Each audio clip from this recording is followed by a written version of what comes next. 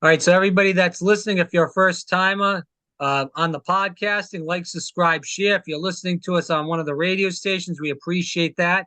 The legend is back on. We got a lot of great reviews for having this man on. He's running for president of the United States, formerly from Cranston, Rhode Island, and the former mayor there, Stephen Laffey. He's running around Ohio. He's running around New Hampshire. We hope he's running Oh, around sure. Ohio eventually, but he's running around right now, New Hampshire and Iowa. Just came back from Iowa. But Steve, thanks so much for always coming back on. Greatly appreciate it. Rob, anytime with you, man. This is great. Let's roll. All right, so let's kick this around. You were just in Iowa. You were on Mr. Stein's show as far as the radio show, and also a big forum he had. He's great. He's been on the program before. It seemed like a lot of the guys that were there really were very receptive to your message. Talk to the audience about how Iowa went for you. Iowa couldn't have gone better. I went on with Jeff Stein. He's sort of the everything from Des Moines East. He's sort of the man for 34 years doing radio and publicity and TV. But so we went to Cedar Falls, and if you haven't been to Cedar Falls, it's about 1880 up there as far as community caring people. There's no blade of grass there's no hobos. Everybody mows their lawn. They could be rich, they could be poor. You haven't seen this before in a long, long time in Americana if you haven't been to Cedar Falls, Waterloo. And in Waterloo, of course, you have the John Deere started this. So you have the John Deere factory. And for people who are my age or whatever, you might remember Dan Gable. He won the 72 Olympics at Munich. Besides the tragedy there was Mark Spitz and Dan Gable. And Dan Gable is from Waterloo, so there's a museum. It's like a Dan Gable museum. So it's just a beautiful place. I stayed there for 4 nights with my beautiful wife, the downtown Black Hawk Hotel. But what we did, of course, was more important. There, we talked to the local newspaper. They're probably about now putting out the article we did. And then we went into what is called Mud Inc. Now, the guy who founded this, Mr. Mudd, a genius, and so he has this whole studio within a company that does advertising, and one of his sons, I guess, Rob Mudd, was one of the people on the TV show with me. And so we did this TV show, but it was like being on NBC. I mean, it was that professional. There were 3 cameramen, it's professional lights. And in that format where I get an hour to talk about the problems in America, I really think if we put that on NBC, if I had the money to put it on NBC, CBS, and people watched it, I would be the president. Yeah. Because clearly the people interviewing me had never heard, they said in the interview, they've never heard this before. You heard them say, why don't people say this? So it's not the 10 truths you get out in like 8 seconds by one of the candidates. It's actually this real truth about America that people are yearning to hear, want to do something about, and I can't seem to break through to all of them. But on this show we did, and then of course there was a picnic the next day. Thankfully, it was an inside picnic. It was rather warm outside, and I got to speak at the primetime slot, and then I only could stay as long as I watched Larry Elder speak. He seemed like a very nice man, wearing a t-shirt, and he's running for president. He's wearing a t-shirt, and I don't even know what to say about it. It was 9 minutes about his mom and dad, which is a great story if you're running for city council and you have 15 minutes. It's a great story. His mom and dad must have been the salt of the earth. I would have loved to have met them. And then we have what we continue to see all the time, Rob, is that people suggest things that can't be done or are illegal. And Larry Elder was suggesting that since the Black family has been broken up, which is true, which is a tragedy, because of what happened in 64 and on, the war on poverty was actually a war on Black people in many respects. The families that were staying together got broken up, so forth. I'm being hyperbolish with it, but you can't really do as he suggested, which was to take federal tax dollars and send them to some charity in California. That's not going to happen. Like to help out Black families directly, it's not happening. So you listen to this and you're like, what's going on? Like, am I the only person moving forward with fixing Social Security, changing the Fed, enlarging the middle class? Or is everybody else just doing what Larry Elder? And again, I would love to hang out with Larry Elder. He seems like a nice guy. He just doesn't seem like he's running for president. And then of course, On Sunday, I drove down to the University of Iowa and talked to the Republicans there, just outside the University of Iowa. And they're sort of faced, Rob, with the Rhode Island problem. Because they're in a college town, they have a lot of Democrats, more than Republicans, even though the state has a lot more Republicans than Democrats or so forth, Republican governor and so forth. So we had a great time with them. And then I went to Chicago and flew into Rhode Island, picked up my F-250 pickup truck and drove from East Greenwich, Rhode Island, drove back up here to New Hampshire, where I'm getting ready for some more events here. But Iowa, you can tell why Iowa should have the first caucus. They are very welcoming. They want to hear what you have to say. You can be new. The papers will come. And so I was highly impressed. And if I had to retire to a city today, I might just go to, as much as I love being right here, I might just go to Cedar Falls, Iowa, just plot I won't do this problem, not from Iowa, but if you're thinking of checking out and going somewhere where people care and there's no crime, I would go visit the place, because the downtown area, Rob, was like out of a scene it almost had to be fake. People had to be like, Laffey's here, let's be kind. You know, I mean, it wasn't, but they don't know who I am in a sense, but everybody is just really nice. So it was good to get going in Iowa. Well, small town USA for sure. And I did see some of the videos that you did put up throughout your time here. And you brought this up, and I do want to tap into this because it does have to do with our next topic, as for what happened with the debate. As you said, your man who you're going to be talking before or after in New Hampshire very soon was up there running his mouth. Vivek Ramaswamy, people were saying at the beginning that he won the debate. I thought he was just acting like Barack Hussein Obama Jr. in plain English. And he used even Barack's lines, and Christie got him on that, which good for him for getting that right. I'm not a big Christie fan, but regardless of that, I want to talk about the debate, though. They did not bring up the middle class. No one brought up COVID besides Ron DeSantis and the economic issues due to what happened in COVID. And no one brought up anything with interest rates, nothing. It was like everything was great. It was like we were back in the 1980s, and it was all these Reagan talking points from the Republican Party. You were not invited to the debate because of these phony, crazy rules that they were putting up that, and you brought this up, I think, in one of your talking points, that there was guys that were saying, if you send $1, I'll give you a $20 gas card back, and all this other gobbledygook nonsense to get on the stage. Obviously, you didn't do that. But talk about the debate. I'm sure you watched it. It kind of didn't seem like much. And then besides the debate that same night, you had Donald Trump talking to Tucker Carlson about a bunch of gobbledygook nonsense. There was mainly no policy points being talked. He started talking about the Panama Canal. I don't understand. They talked about Jerry. On there. They were talking about Jeremy Epstein and his Tucker Carlson, just so if you didn't see this act, where he's trying to talk to Trump about that Jeffrey Epstein, the monster, that he really wasn't, he didn't die in a jail or something. And it's like not appropriate even to go to ask the former. And then Tucker Carlson wants to know, are they going to try to kill you next, Mr. President? Totally inappropriate. President Trump, by the way, I said I put a press release out that President Trump, it's one thing if I would advise him, I wouldn't have gone to the debate.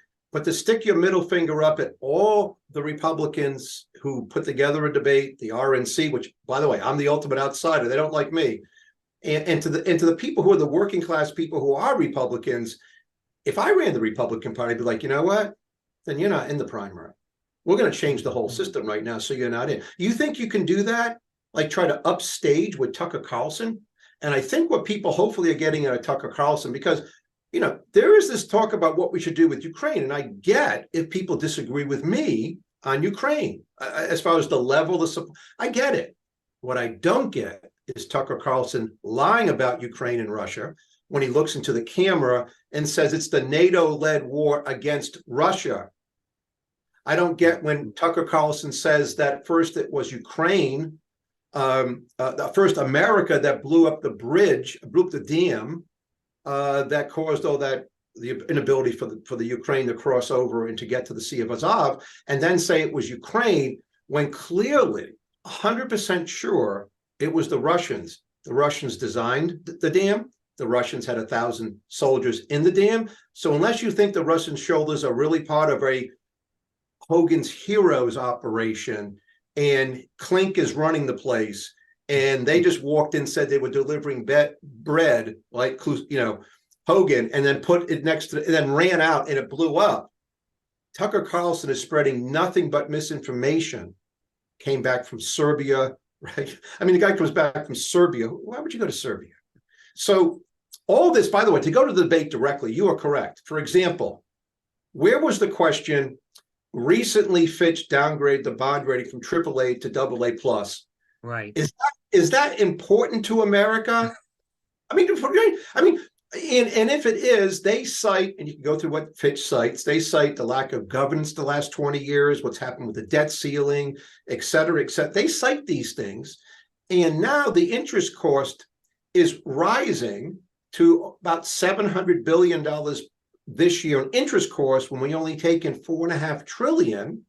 What would you do as president to bring the bond rating back to AAA? There's a question. Did anybody hear anything like that? Do you hear anything even similar to that?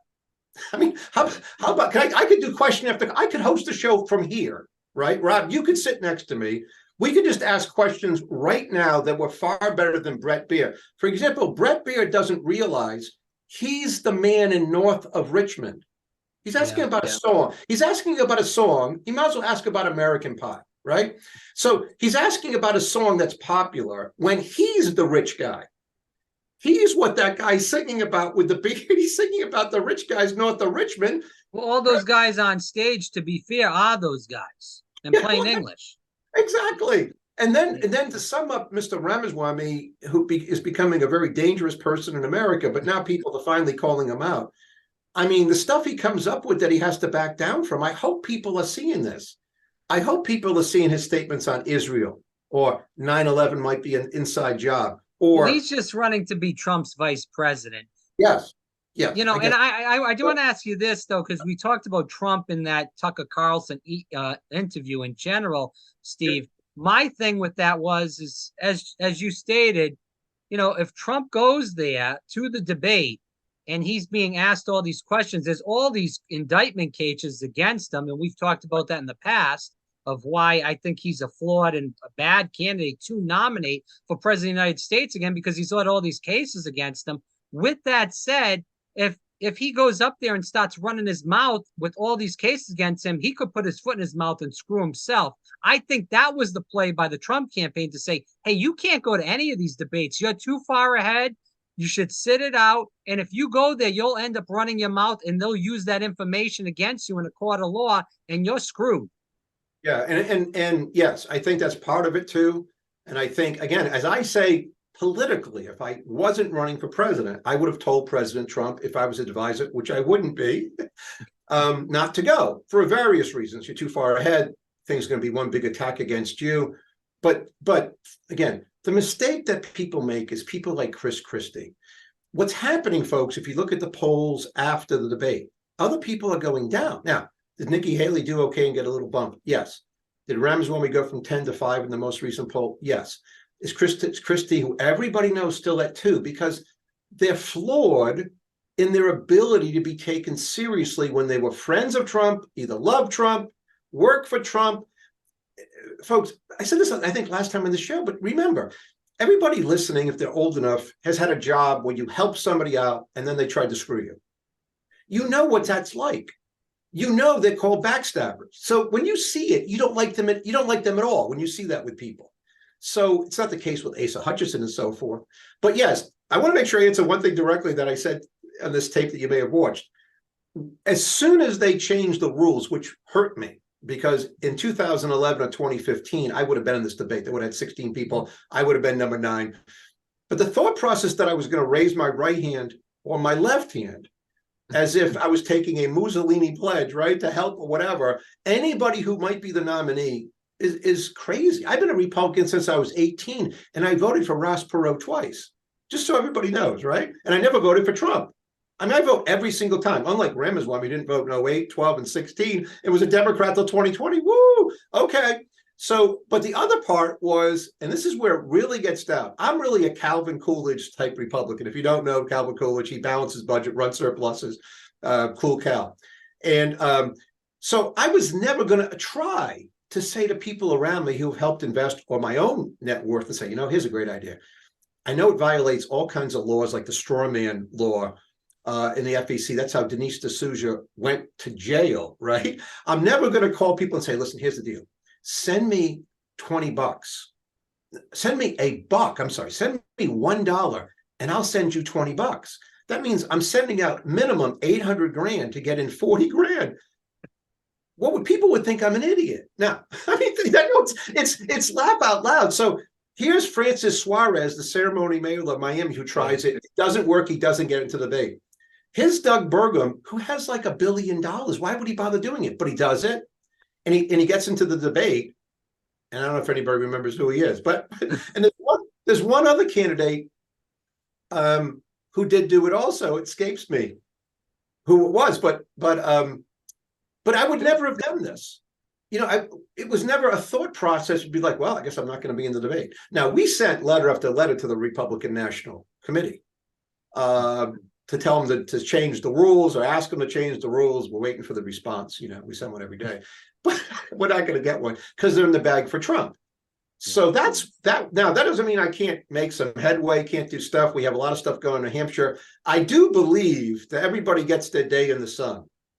And so, for example, Francis Suarez got his as a ceremony mayor. He didn't know who the Uyghurs were. Okay. He didn't know a lot of stuff. He just wasn't prepared, the poor guy. He's probably a nice guy. He dropped out now. He dropped out. So he got his day in the sun. Christie on all the left of center channels is on every day, dancing around, telling people he's going to take down Trump 2.5% in the polls. So just so everybody knows, I mean, I know this is kind of humorous, but statistically, I'm tied with Chris Christie and nobody knows who I am. Yeah. You know what I'm saying?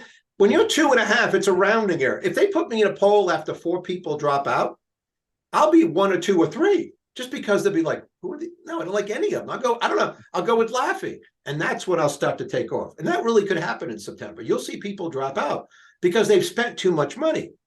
And I haven't, and so we'll see what happens. But that's my philosophy. If I start doing things that weren't my philosophy, then I would stop backtracking the way Ramsawamy backtracks on Taiwan. He doesn't think they're really people over there. They're just 23 million automatons. And once we're semiconductor neutral or independent, whatever he talks about, then China can have Taiwan. You're like, whoa, like maybe it's his Hindu background. I don't know. Listen, he hides his religion. He's really a Hindu.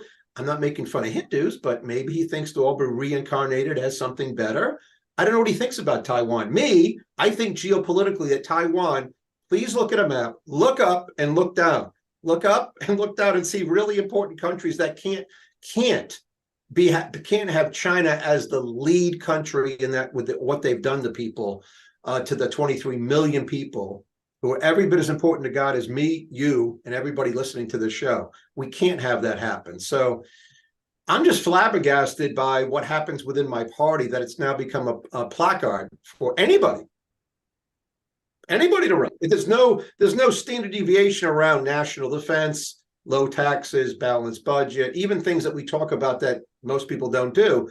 It's just whatever. You want to be a Republican? Come on. Didn't vote here, never voted. Who cares? Nobody cares. Come on in. That's what has to change, or the party's going to be, it's going to be over for the party. My worry is that the Republican Party is in the bad bag for Donald J. Trump. And we have people like you that are not getting noticed. I know you're not a fan of the governor for Florida, Ron DeSantis, but, and they're trying to take him down as far as that goes too. And you have all these Trump sycophants that are on social media that Trump can do no wrong. He did no wrong during COVID. He did no wrong throughout his campaign for president 2015, 16.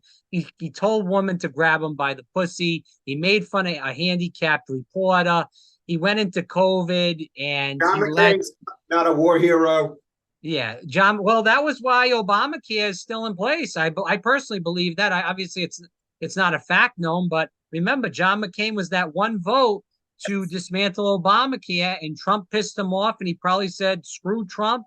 and he did the thumbs down, and that was the way the cookie crumbled. It So may be you right. get these people mad, Steve, and you don't play, I'm not saying you go up there and play patty cakes with each other, Right. but you need to know how to play the game. Somebody like you that's know how to play the game. You were in a Democratic state, in a Democratic city, and played with these union bosses that were crumbling. I mean, we could go through this story again, but regardless. Even when I met people, when I went, when I would meet with the Speaker of the House in Rhode Island, we'd shake hands and talk. I mean, I actually, if you have time, I could tell you me and John McCain and I mean, it's a whole different story than Donald Trump saying he's not a war. He's obviously a war hero, right? I mean, the man is obviously, listen, he came into Rhode Island twice to defeat me and supported Lincoln Chafee. It's in my book. I have some line where it's like the Straight Talk Express took a detour that year because he came in to help Lincoln Chafee. Now, remember, John Chafee, the late John Chafee's father, was an admiral. Lincoln Chafee's father from Rhode Island was Secretary of the Navy and also a Marine. They obviously served in the Senate. They knew each other. I wasn't even that mad about it. I just had to put it in my book and say the members of the Republican Party did the wrong thing because Lincoln Chafee wasn't a Republican, wouldn't be a Republican, is far to the left of Nancy Pelosi. Anyway, but when I got to meet John McCain, did I slap him in the head? Did I turn my back on him and say you shouldn't have it? You're not a no, of course not. He can't. By the way, this is like a hilarious story. Do you want to hear the part? Do you want me to tell you this? Okay, so it's 2008, and the first fundraiser for McCain, he's coming into Rhode Island. It's January of 08. Rhode Island has the most Navy veterans as a percentage of any state in the United States of America. It's where Quonset huts come from. The naval base was in Newport years ago. And so he's flying on a plane. He doesn't know what's going on. Bob Watson, the minority leader, who's running his campaign around, goes to the plane. At the same time, the same Lincoln Chafee calls a press conference and endorses Barack Obama for president. The plane lands. Bob Watson, Senator Bob Watson, nice man, has to tell what, as he's landing, he stabs him right in the back, right? Chafee stabs McCain right in the back. McCain swears up a blue streak, according to Watson. I wasn't there. He comes into a room 20 minutes later in Warwick, and there's 1,000 people waiting for him, but the important Republicans, again, I was still one of them, I suppose there's like 20 of us in a small room. He walks up near me, I walk up to him, and what do I say? Senator McCain, I am Stephen Laffey, the former Republican mayor of Cranston, Rhode Island. Now he's got my hand, and all of a sudden he starts squeezing. His face goes red. Now he's obviously withered in his arms. He can't raise him above his head. He's obviously a war hero. Looking at him, he's squeezing harder and harder, and I don't know what's going to happen. This is like 4 or 5 seconds of silence. Now I haven't said anything about the race, nothing, right? And he looks at me and he goes, "You know what, young man? I know exactly who you are, and I want to thank you for even coming out here to shake my hand. And that was it. Now we talked for a brief, and I said something like, Senator, don't worry about it. His brain hadn't failed at all. He was like, oh my gosh, the guy that I attacked in 06 has here come here to shake my hands. The guy I defended, crackpot Chafee, has just endorsed Obama. And this class act, Laffey, this is what he's thinking. Came out, he's not mentioning it. He just looked at me in the eye.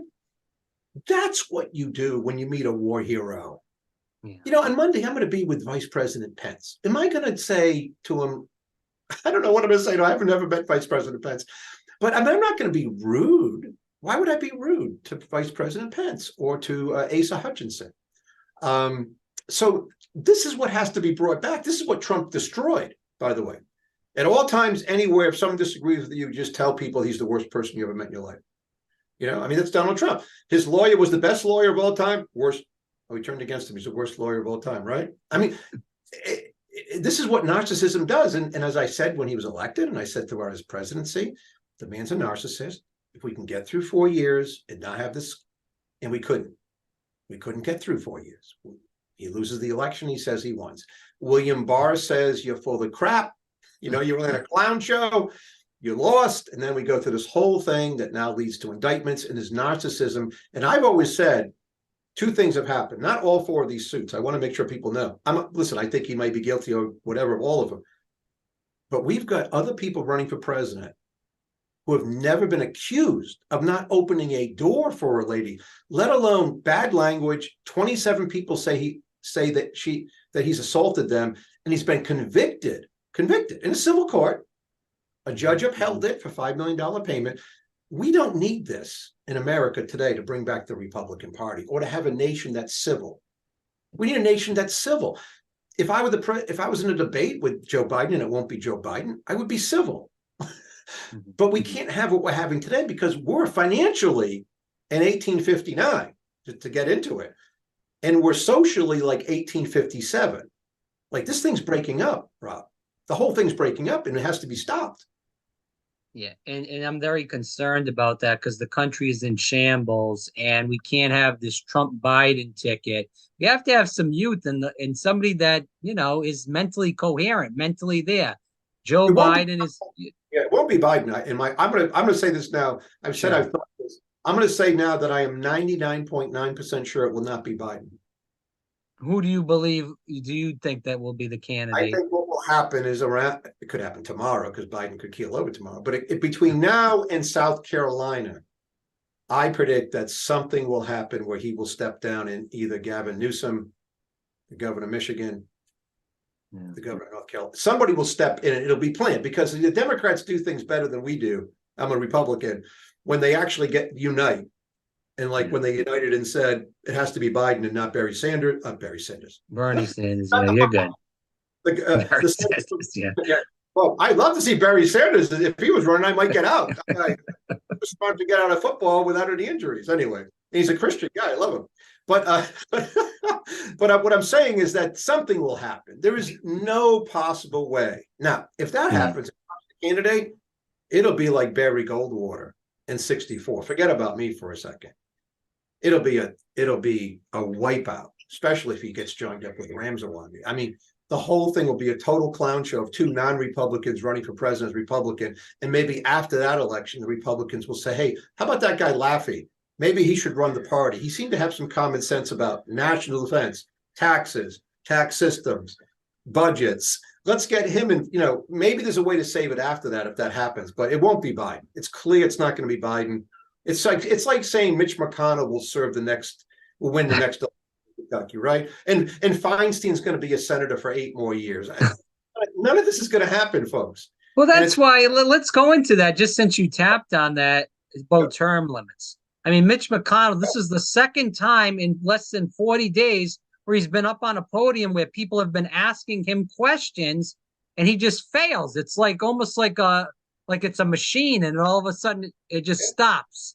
And he's just looking there. And then Feinstein, the same thing. We've seen that throughout her time in the Senate in the past 2 years. I mean, she's just not coherent.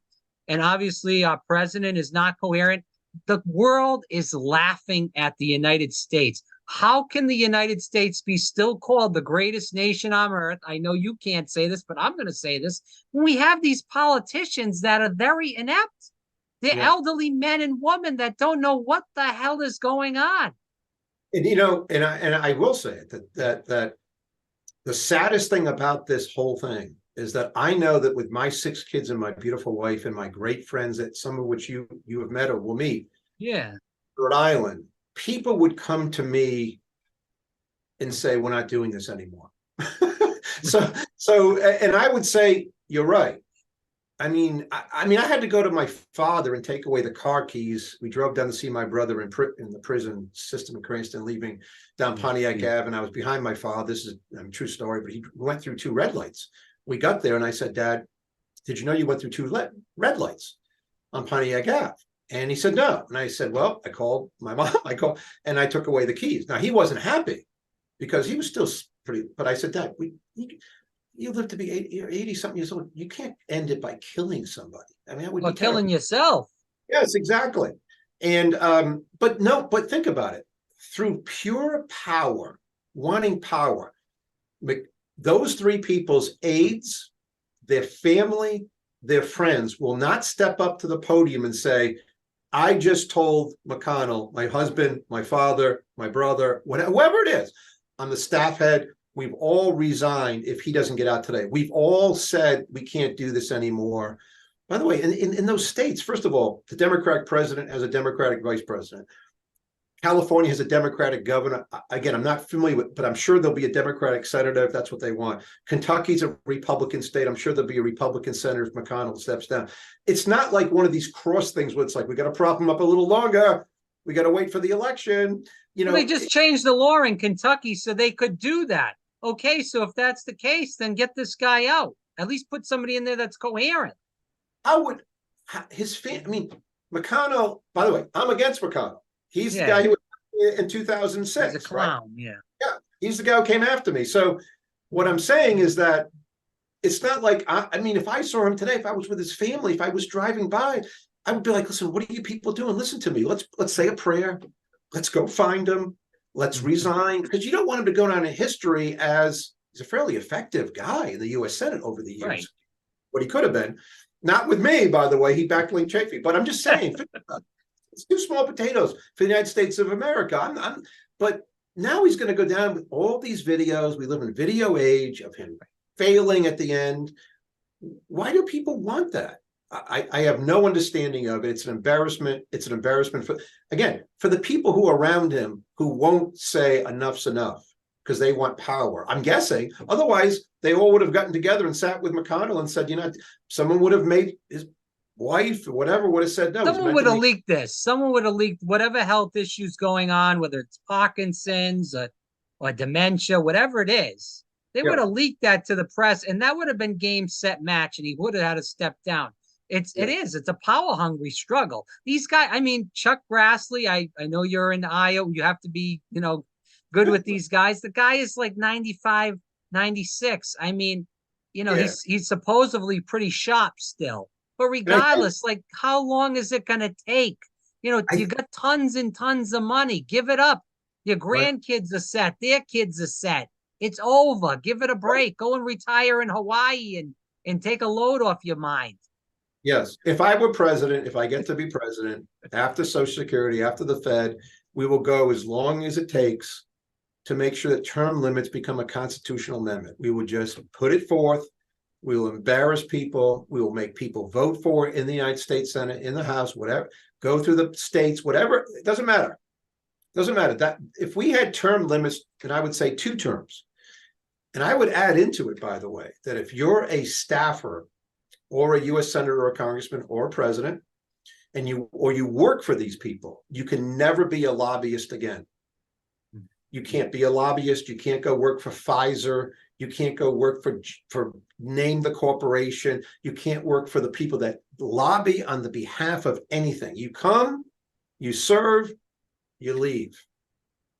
And that would change things dramatically in the United States of America. We could do a whole show about who wouldn't be there right now. I mean, how could it be any worse? By the way, the question is, how could it be any worse? And the thought process that the opposite side, by the way, is only 20, not even 20% of the people would agree with this, but some people would say, well, it's up to the people to decide. Well, if you did away with corporations putting money into campaigns, if you said that people had to start with 0, if you said there was no franking privilege to send mailers out willy-nilly while you were a congressman, if you said everybody had 25 grand to put into a campaign, okay, you want to do it that way?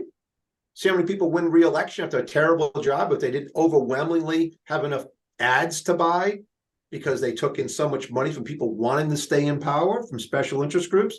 You wouldn't really need term limits, but it would be easier to have term limits than to do that, because that's the advantage when you're the incumbent. You get rich.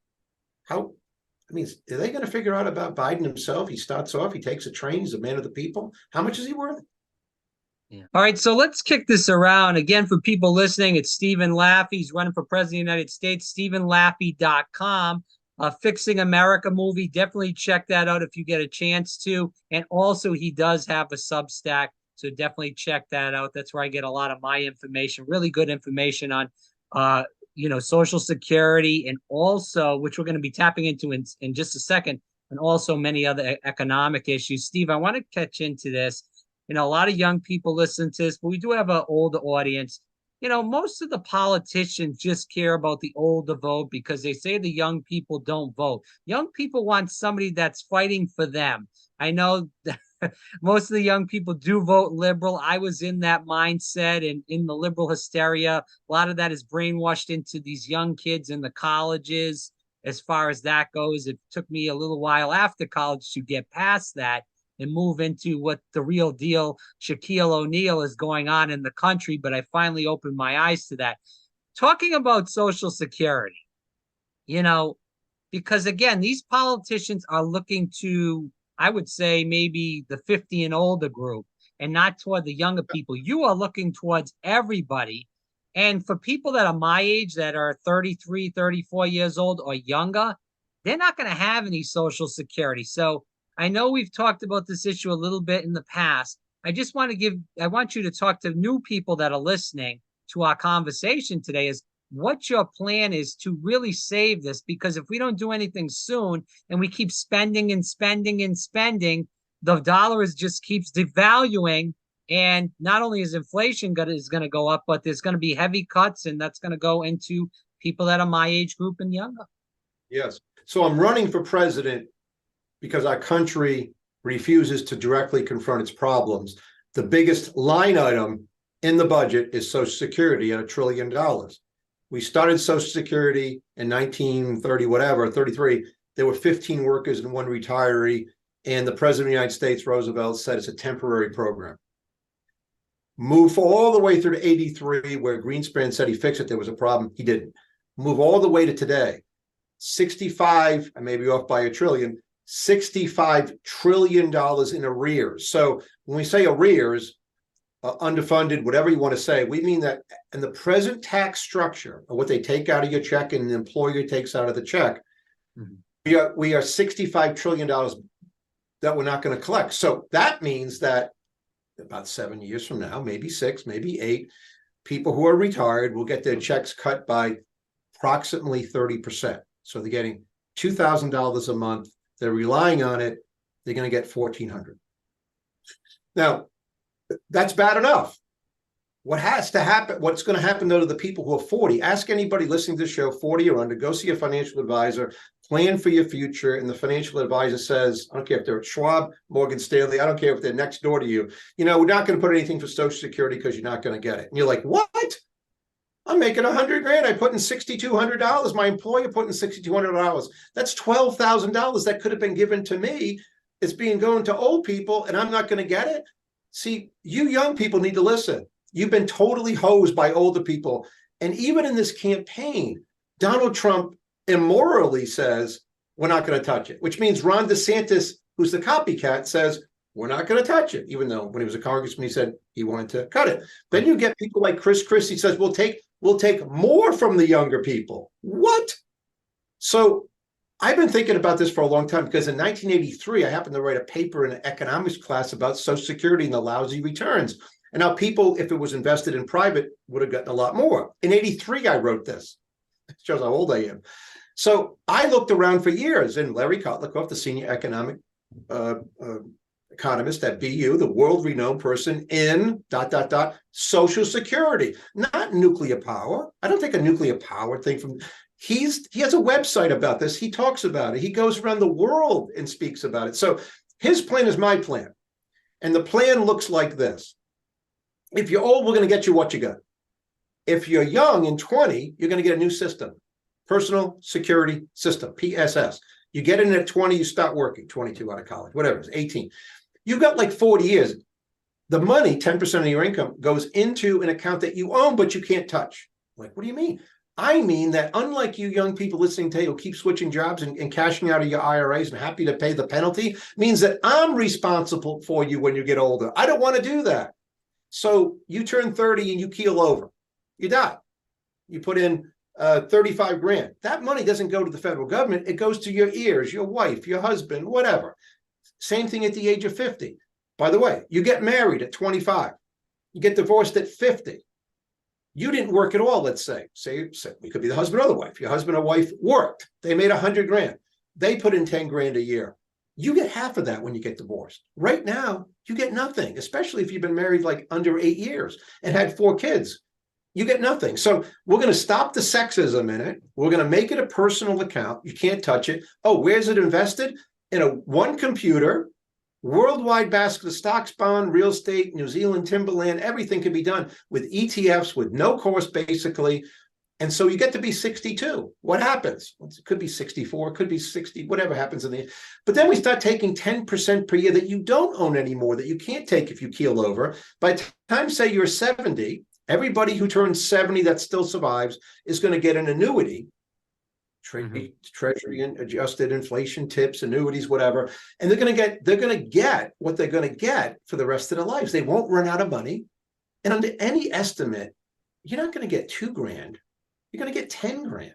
Now, the real question is, what happens to the guy who's 53 years old or 55 years old? He goes into two systems.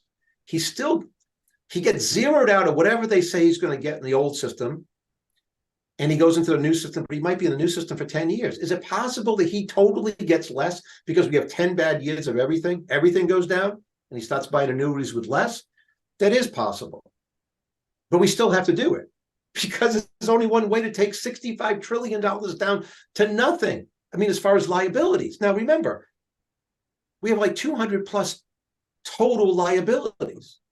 National debt, liabilities here, Medicare, Medicaid. I'm only talking about Social Security. But once we solve one of these things, the world would be like, yeah, I'd rather be in US dollars. These guys are getting their act together.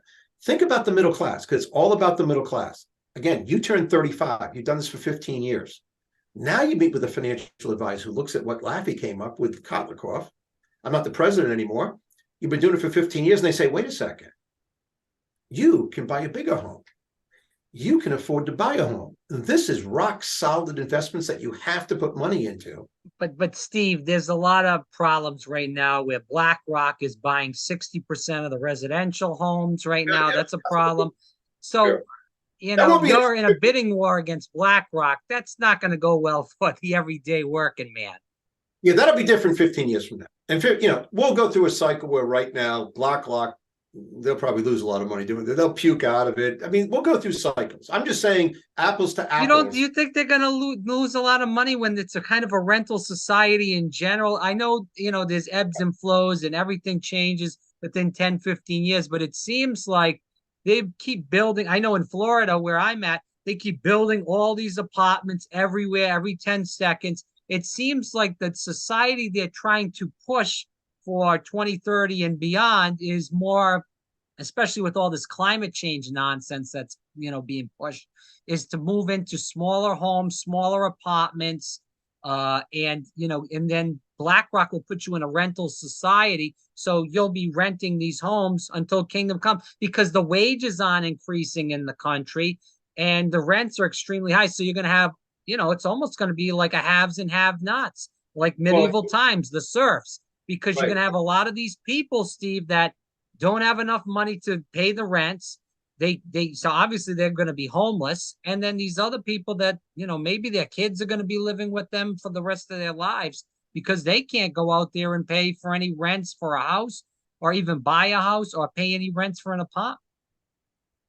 Yes, but people, even now you're seeing the prices of rentals come down. So rather than being short-term about it, I agree that's a giant problem. It will be solved throughout time. BlackRock is going to lose a lot of money in China, and they don't know it yet, right? So, this cycle will go back and forth, and you'll see. We thought a lot of things were in 2007, and all of a sudden 2008 came, right? You let rates get higher and higher, and all of a sudden you'll see a lot of homes come on the market. You'll see a lot of people go broke. You'll see a lot of rentals turn to condos, right? So people will want to take their money out now. But there's no politicians, is what I'm saying, that's correcting the problem besides yourself. There's no one that has big ideas. It's all these big fancy BS words that were, the Clinton administration, the Reagan administration. They're bringing us back to the 80s and 90s with all the same rhetoric and the same terminology, Steve. Well, the people who are running for president are not serious, except for me. And it's really sad to watch, because I just gave a serious solution to Social Security. I'm the only one who has one. I mean, and it would seem to be that a debate that Brett Baer or somebody else could easily ask the question: the $65 trillion in unfunded liabilities, Social Security, Donald Trump says he's not going to touch it. Does that sound okay to someone who's 35 years old? What do you think about, you could go on and ask a very serious question about it. They refuse to do so. I mean, You can ask a serious question about, why did someone not even ask the question? 2020, we had all the spending, money supply went up 20%. We have inflation at 9% for a while. It's come down to 3%, and now it's started to tick back up. How will you keep inflation at 0 for the middle class? Question never asked. I mean, I know how to do it. It's on my website. You know, the Fed is only going to do one thing: target inflation at 0. That will help the middle class more than just about anything, by the way, because during inflationary times, the people get screwed the most are the middle class. Someone making 65 grand can't afford a $4,000 increase in energy costs between his car. By the way, that same person, why is he buying an electric car? He's not. He doesn't have $10,000, $7,500 in federal taxes to get to make use of the tax credit. Those things are designed for rich people, right? So why are we doing the cars are like $50,000, $60,000. Gas, electric is probably, if you're getting a good car, a bigger car, it's like the same thing. It's like 70, 80. And then you get the $10,000, $20,000 credit back. It's a joke. I do want to, finish off with just one more last question on the Social Security and then move into environmental. I know we're running close to time. A last question. So you said that you were going to start this program at 20 in as far as the Social Security, correct? Well, it will start at whenever you enter the workforce. You could start at 16. Really? I mean, okay. Oh yeah, sure. Whenever you enter the workforce, you'll be in a new program. So, listen, when I was in Rhode Island, when I was in high school, 14 years old, I was working under the table. Yeah, right. And I'm sure many other people watching and listening to this probably did the same thing if they had that kind of work ethic or, parental supervision at the time to push them in. So how would that play out? Could you do anything? Or since that's under the table, you kind of won't be doing it? People doing stuff under the table, that's why we need a new tax system. That's a whole different problem. I mean, I used to clean the bottoms of boats at the Edgewood Yacht Club. The water was so dirty. I was a state champion swimmer. I got $25 for cleaning the bottom of boats. I'm still here. I don't know why. The water was like jumping into raw sewage in Edgewood back in the day. So I know all about that, but that's why we need a 999 plan, because 20% of our economy, and I don't know the number, I'm just saying roughly, is actually underground.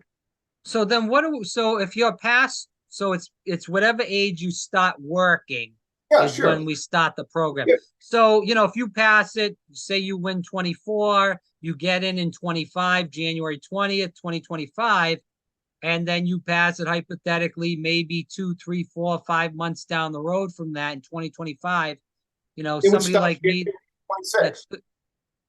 So it goes in 2026. So let's say hypothetically you're 36, 37, 38 years old. Yep. How is that going to play out? Even people that are older than that. Exactly. The same thing. Let's say you're 36 years old and you've worked for 14 years and you built up some credits, and you get a letter from the Social Security in 2025 while I'm president that says you built up enough credits. If you didn't work anymore, you're going to get $1,400 per month if you're 62, or if you wait till full retirement at 70. That program stays, but you don't contribute to you contribute. You don't get that anymore. That's gone. In other words, you're zeroed out for the future, but you have that remnant because you paid in. We're not taking it away from you. But the next year you turn 37 on January 1st, you're in the new program. And you only have 47, 57, 25 years in that program. So the new program is going to be, investing in IRAs, annuities, stock market. That's what we're investing in the S&P 500, the German stock market, real estate, oil, commodities. There's a worldwide basket. By the way, worldwide basket of stocks for Vanguard, I think is simple as VT. So you could just buy VT. I'm not saying we would do that. You would have all the stocks as a percentage basis, whatever they get reset, but that wouldn't be the whole portfolio. You need to be in gold, silver, copper. That might be symbol DBC. I mean, not that people should follow these symbols. I'm not recommending them.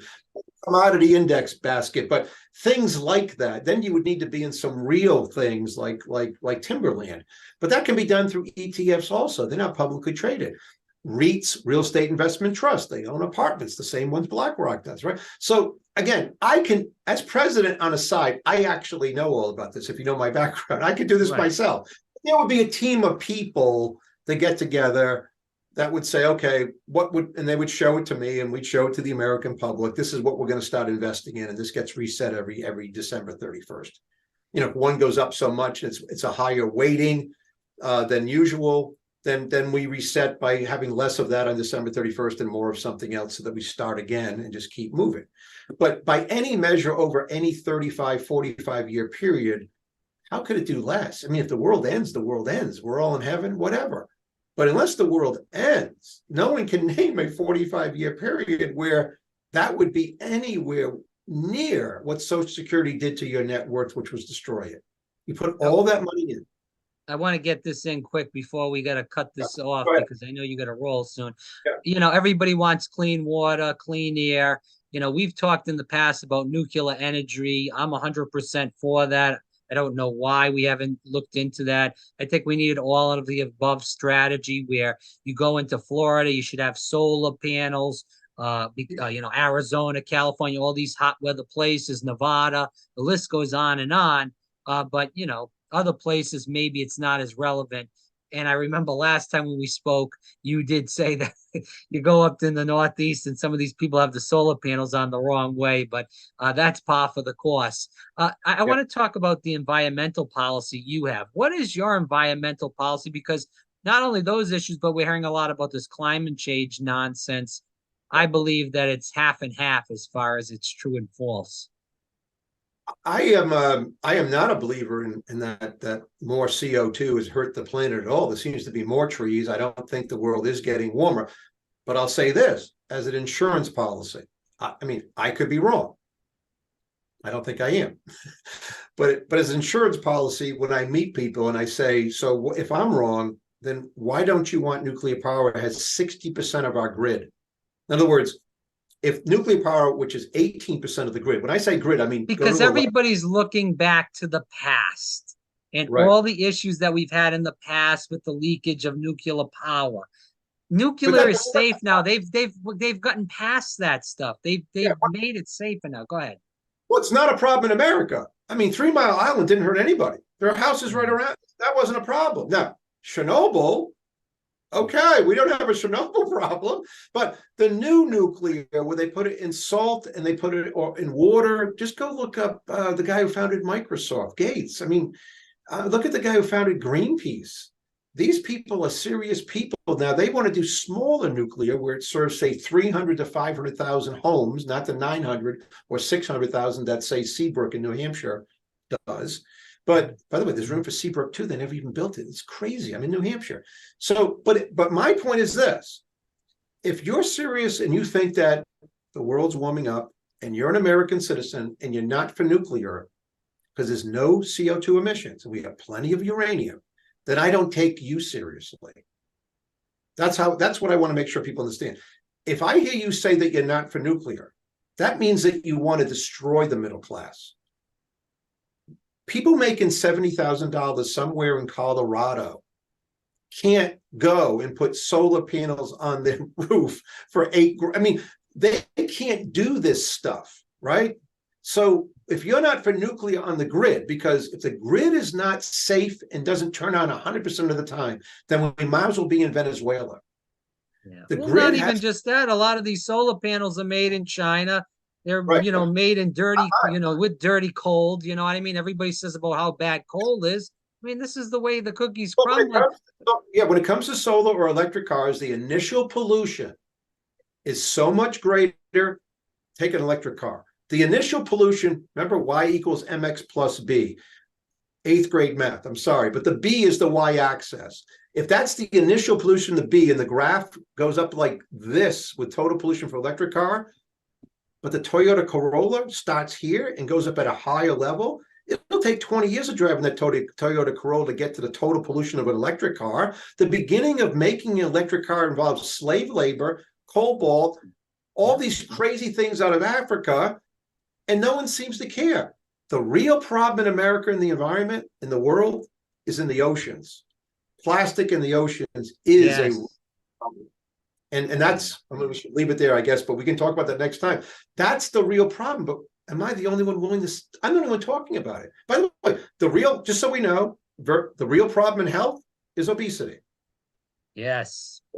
We went through that a little bit last time. I know you got a roll, but I'll tell you what, it's 100%. And we have two men that are running for president that are obese with Trump and Biden. So Right. it's just a total joke. It would be nice to have somebody in there. And I'll end with this that is physically fit at LaSalle, at CJCR. You were the mayor of Cranston at that time. You know, we used to have the physical fitness test. And They I got don't even do that anymore. maybe we should have a push-up contest for president. But someone has to say, listen, it's not okay. We're not trying to embarrass people, but if 40% of the cancers in this country come directly from obesity, and you want to stop cancer, we're going to stop obesity. Well, there was nothing, this was not talked about in COVID. They were telling people to sit on your behind and eat, and people were drinking, eating trashy food. Instead of saying, go outside, work out, they closed down the gyms. I know that's a whole different ball game. Let's not get into that because we don't have enough time. But if you want to have your last comment, Steve Laffey, again, stevelaffey.com. Definitely check him out, running for president of the United States. Before we cut loose today, we'll definitely have you on again. Yes, I'm running because I want to enlarge and restore the middle class. It's been destroyed for 3 reasons we didn't have time to get into, but the public schools, communist China, and the Fed Reserve. I have plans for all of that. I don't know what these other people running for president are even doing or saying. If you want a celebrity contest, you've got them. If you want something serious, you really only have me. And we're going to find out that by the end of September, October, whether people do, because I better be able to break out. Everybody gets a day in the sun. I'm waiting for mine, but I'm ready for it. And so stevelaffey.com is the website. It's where serious solutions are. I don't just ask for money, but please send some in. But that's where the serious solutions are. They're nowhere else. And it's very sad to watch. Anyway, I appreciate all you do, Rob. Yeah, we'll definitely have you on again. I hope they keep giving you publicity, whether it's Scripps, Newsmax, ABC, the list goes on and on. We need to get this man out there. He does have all serious solutions. And these guys that are running, for the most part, they're just a bunch of schmucks that are running around just running their mouth and seeing how much they can be mostly like Trump. And we don't need any more Trumps. We need somebody that's going to go in there and kick some ass and take no prisoners. Steve Laffey, thanks so much. stevelaffey.com. All right, we'll talk soon. I've got to run.